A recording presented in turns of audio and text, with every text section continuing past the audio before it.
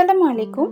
আজকে আপনাদের সাথে আলোচনা করব জব প্রিপারেশনের জন্য বাংলার কোন বইগুলা বেশ উপকারী এবং কোন বইগুলা কিনলে আপনার উপকার হবে। অনেকে ভুলবশত অনেক বই একসাথে কেনেন কিন্তু কোনো বই ঠিকমতো পড়েন না।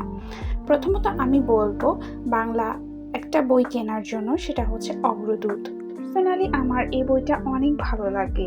এটার কারণ হলো এই বইতে তুলনামূলকভাবে ডিটেলসে পড়াগুলো দেওয়া রয়েছে, যাতে প্রিলির পাশাপাশি লিখিততেও কিছুটা হেল্প হয়।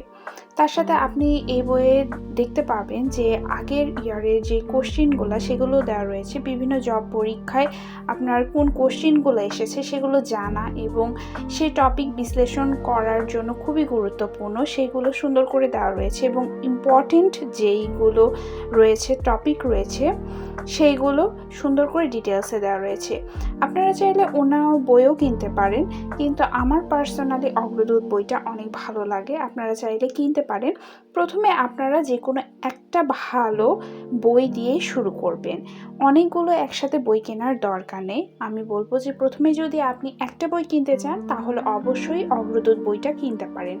তারপর সেকেন্ড বিষয়ে আসি।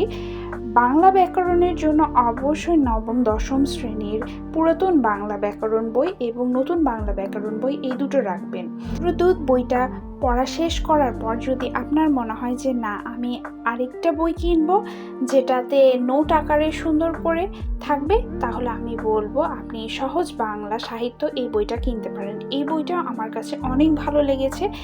এটা আপনি যদি শর্ট নোট নিজে তৈরি না করেন তাহলে এই বইটা কিনতে পারেন, কারণ এই বইতে খুবই সংক্ষিপ্ত আকারে যেগুলো একদম এক্সাক্ট এক্সামে আসে শুধুমাত্র সেইগুলোই সুন্দর করে তুলে ধরা হয়েছে।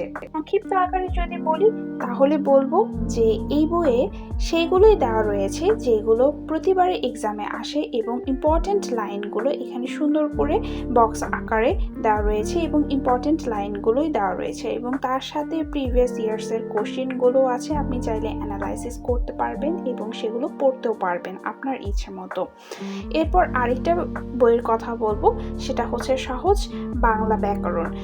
এই বইটার আমি বলবো যে ব্যাকরণ বই দুটো শেষ করার পর, যেটা নবম দশম শ্রেণীর বাংলা নতুন এবং পুরাতন দুইটা বই শেষ করার পর আপনি যদি এই বইটা পড়েন তাহলে আপনার অনেক ভালো হবে এবং এই বইটা কিন্তু ওই দুইটা বইয়ের আলোকেই তৈরি করা হয়েছে।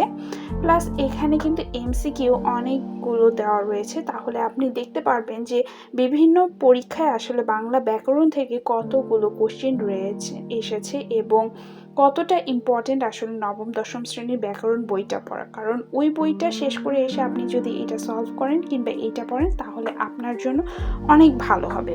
আশা করছি যে আপনাদের ভিডিওটি ভালো লেগেছে।